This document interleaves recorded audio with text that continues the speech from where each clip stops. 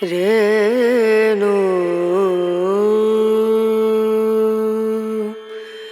Rana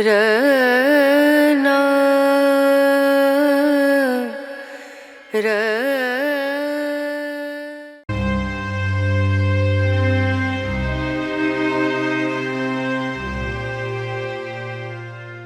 On this occasion I will convey the history of Matthias I. Encased in mail and armor, the soldiers of the Kingdom of Hungary's Black Army stood rigidly at attention on a warm summer day in late August 1487 at Wiener Neustadt in Lower Austria. Their capture of the town came at the end of a long conflict between arch-rivals King Matthias Corvinus of Hungary and Frederick III, Holy Roman Emperor and Archduke of Austria. Astride his imposing war horse, the Hungarian monarch rode slowly past the troops, stopping occasionally to bestow rewards on units that had shown great valor fighting Frederick's imperial forces. The Black Army assembled that day consisted of 20,000 cavalry and 8,000 infantry, according to Antonio Bonfini, who was Matthias' royal historian.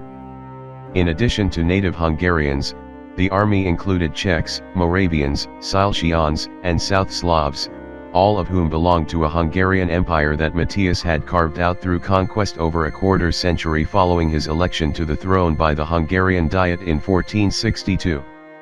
After the inspection was over, the units performed a variety of maneuvers for the Hungarian aristocrats and foreign dignitaries in attendance. They reorganized themselves crisply and seamlessly into a number of Matthias' favorite battle formations, such as the circle, triangle, square, and wedge. They also fashioned themselves into a unique formation known as the scorpion, the shape of which resembled the predatory arachnid.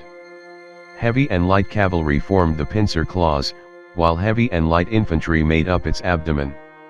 The reign of Matthias Corvinus, son of the famous Hungarian generalissimo János Hunyadi, marked the apex of power for medieval Hungary.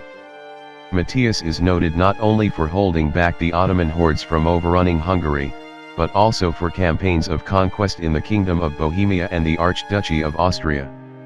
When Matthias died in 1490, his Hungarian empire stretched from Brandenburg in the north to Serbia in the south. It was a remarkable achievement for a man whose low-born father had risen to become one of the greatest military commanders of the Middle Ages. Following the death in 1439 of Albert the Magnanimous, who held the crowns of Bohemia, Croatia, and Hungary, the realm of Saint Stephen, as Hungary was known, underwent a period of instability. Instead of selecting Alberta's infant son, Ladislaus the Posthumous, the magnates of the Hungarian Diet instead chose King Vladislav III of Poland as their king because they believed he was better qualified to protect them from foreign aggression. However, Ladislas's mother, Elizabeth, ultimately compelled the Hungarian Church to crown her 3-month-old son on May 15, 1440. Elizabeth intended to serve as regent, and she enlisted the support of her cousin, Frederick, the Duke of Inner Austria and future Holy Roman Emperor, to serve as her son's guardian. Although Vladislav was slain by the Ottoman Turks in the epic clash at Varna in 1444, Elizabeth still had to contend with Hunyadi, who the Hungarian magnates elected to serve as their governor with full regal authority in 1446. He served in that capacity for 7 years until his death in 1453. Matthias, who was Hunyadi's second son, was born on February 23, 1443, in Cluj in the Principality of Transylvania. He began fighting alongside his father at the young age of 12 and was exposed to the ferocity of the Ottoman army during the siege of Belgrade in July 1456. In many ways Hunyadi's glorious victory over Suleimana's army at Belgrade was payback for their defeat at Varna. Matthias, who fought with great valor in the desperate siege, was knighted after the battle. Hunyadi, who was weakened by the hard-fought defense of Belgrade, succumbed to the plague shortly afterward. The Hungarian monarch was not a hereditary kingship like most monarchies in Western Europe at the time. Instead, the Hungarian Diet elected the king. It was a process that dated back to 1382. A king might be native-born or foreign-born.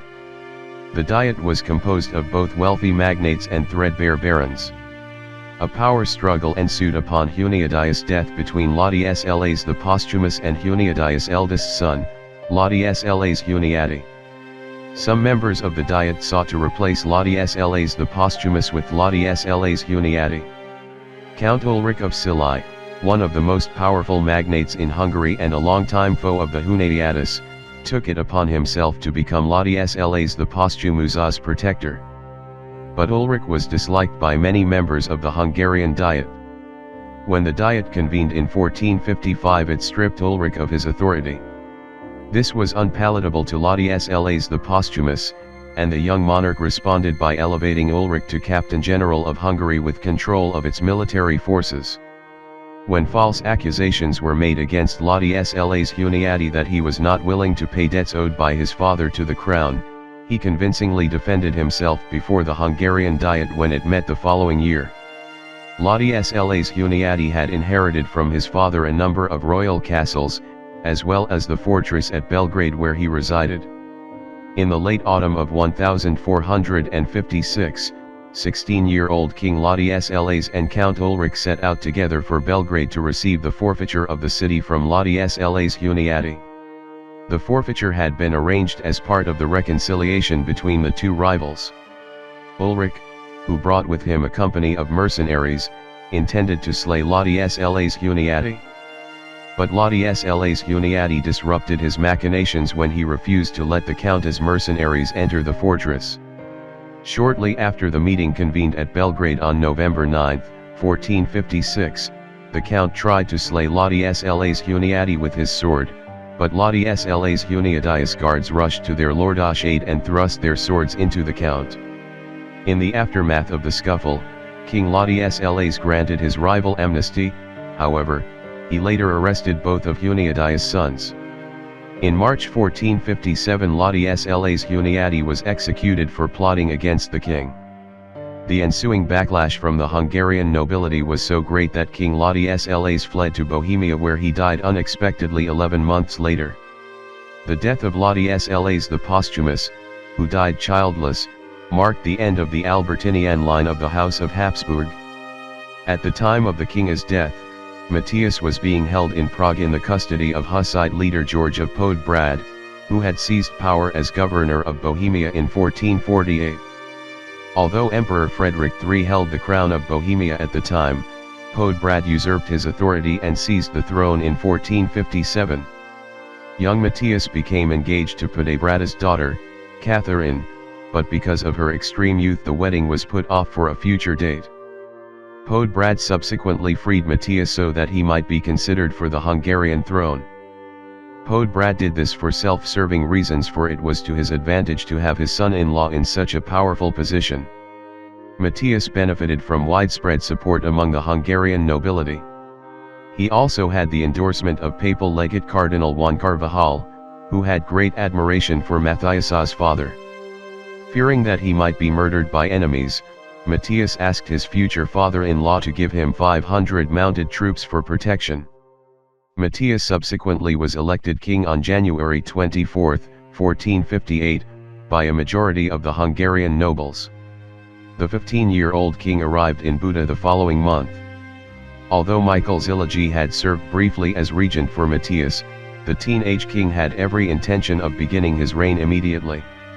He gave Zilagi control of Bistrica county in Transylvania, but it was not a high enough post to satisfy his ambitions. When Zilagi refused to be sidelined, Matthias had him arrested. After a year in prison, Zilagi resigned himself to an ancillary role in Hungarian military affairs. He was captured and put to death by the Turks following a battle on the north bank of the Danube River at Bucas in 1460.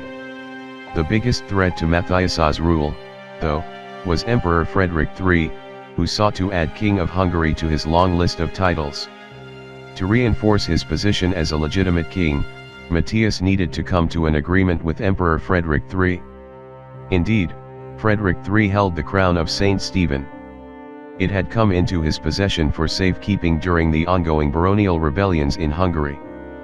Pope Pius III intervened on Matthias's behalf with the emperor, in part because the Pope wanted Matthias to lead a crusade against the Turks. The negotiations, though, dragged on for 5 years. Frederick III enjoyed the support of rebellious nobles in western Hungary. One of Frederica's key allies, Hungarian magnate Ladislaus Garai, led a rebellion in 1459 in which as many as 30 nobles supported Frederick III's quest for the Hungarian throne.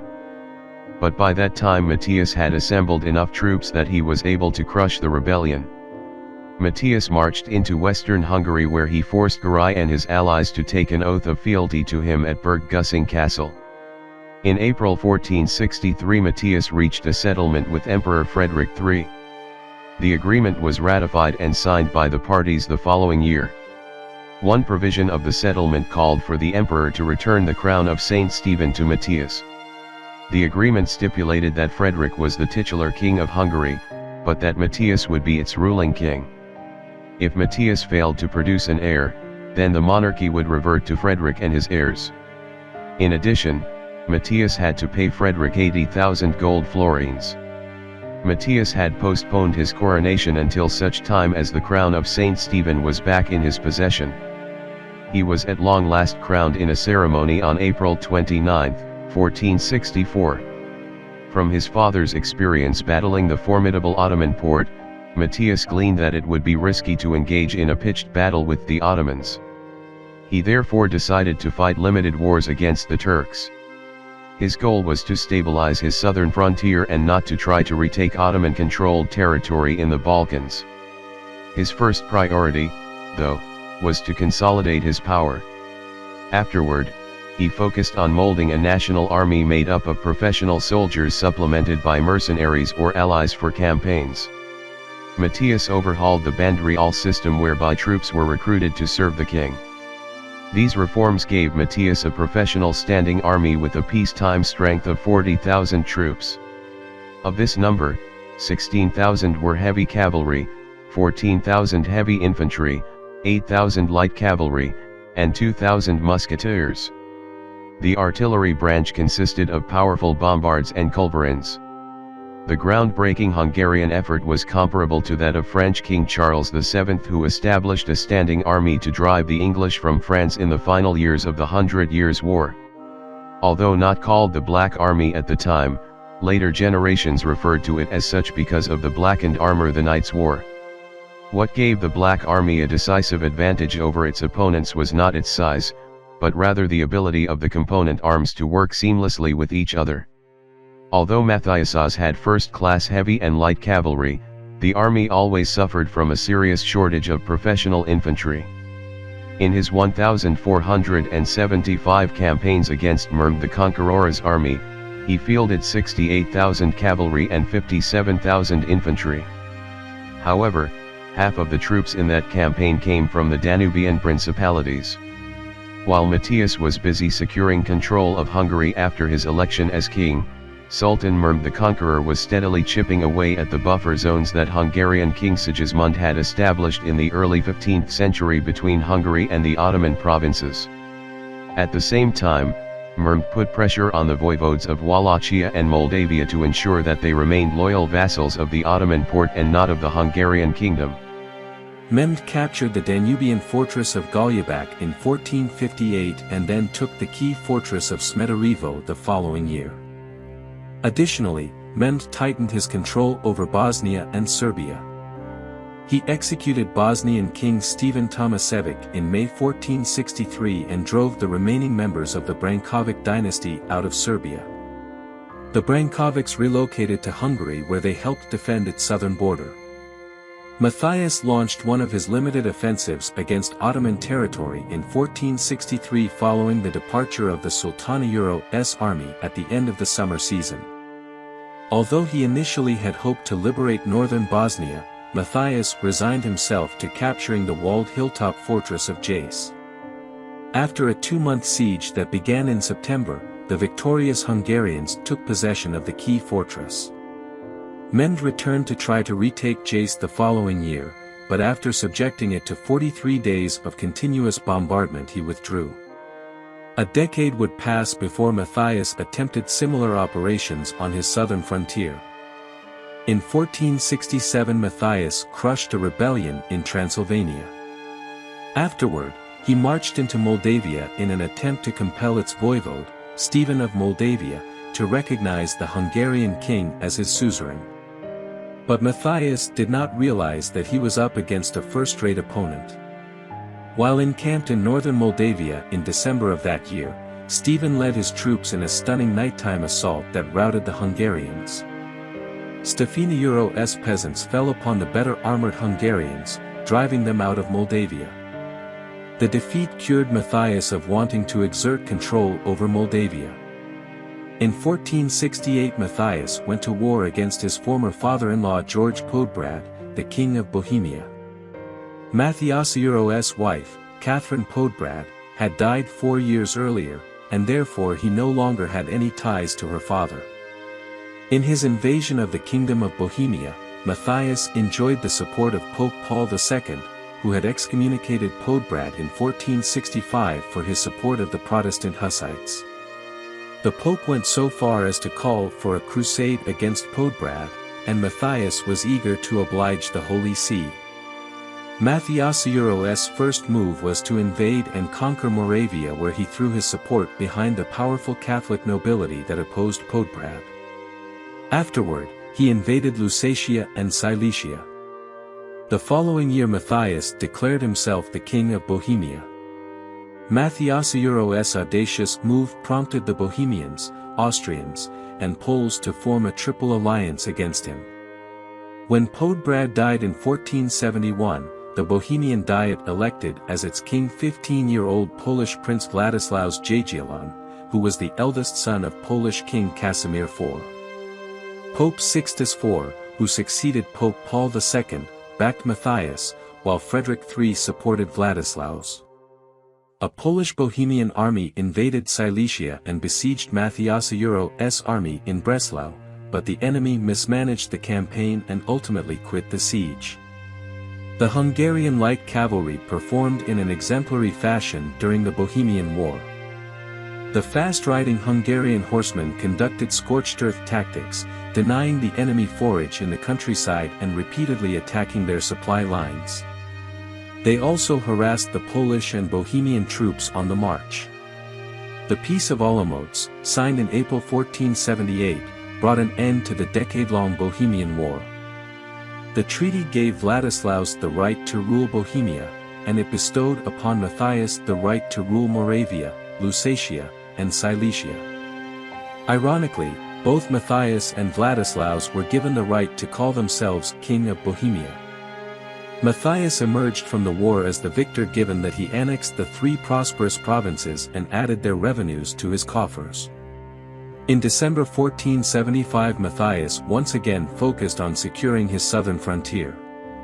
He marched against the 1,200-man Ottoman garrison at Sabac in northern Serbia.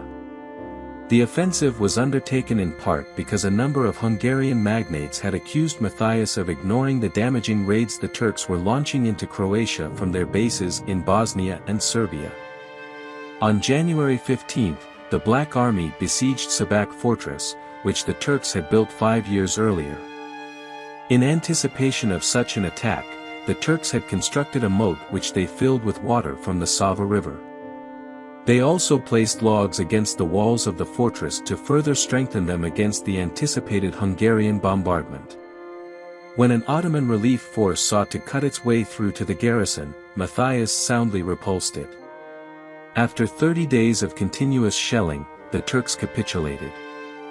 Afterward, Matthias led the Black Army east through the Danube Valley. He captured all of the strongholds between Sabac and Smederevo.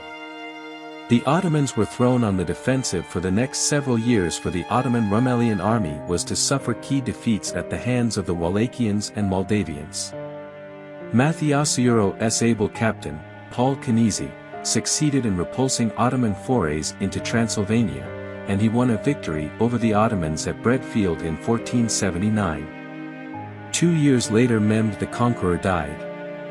His successor, Bayezid II, was far less aggressive.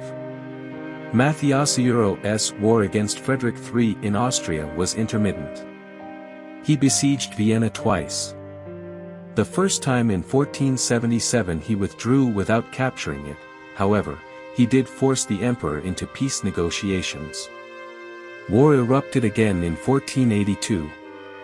3 Hungarian columns successfully isolated Lower Austria and captured its outlying fortresses, thereby isolating Vienna from external relief by imperial forces. The Black Army besieged Vienna on January 29, 1485. In mid-May, the Hungarians stormed Leopoldstadt, the central district of the city. On June 1, the city surrendered to the Hungarians. After its capture, Matthias made Vienna his royal residence until his death 5 years later. At the end of his reign, Matthias had added Silesia, Moravia, Lusatia, and the Archduchy of Austria to Hungary. Yet in 1490 he died without a male heir. The Hungarian nobles, who distrusted Frederick III, chose Vladislaus II for their next king. Although Vladislaus kept the Ottomans at bay, many of Matthias' gains were lost. Disaster lay on the horizon, though. Sultan Suleiman I crushed Vladislaus' successor, 20-year-old King Louis II, at the Battle of Mohacs in 1526. At that point, the Ottomans absorbed 2/3 of Hungary, leaving behind a rump kingdom in the north that was nothing more than a buffer zone between the Ottoman Empire and Habsburg Austria. The dismantling of Hungary made Matthias' achievements seem even more impressive given the might of the Ottoman army. Matthias showed what a gifted statesman and commander could accomplish in 15th century Europe. That's the history that I can convey this time. I hope it's useful. Don't forget to share, like and subscribe.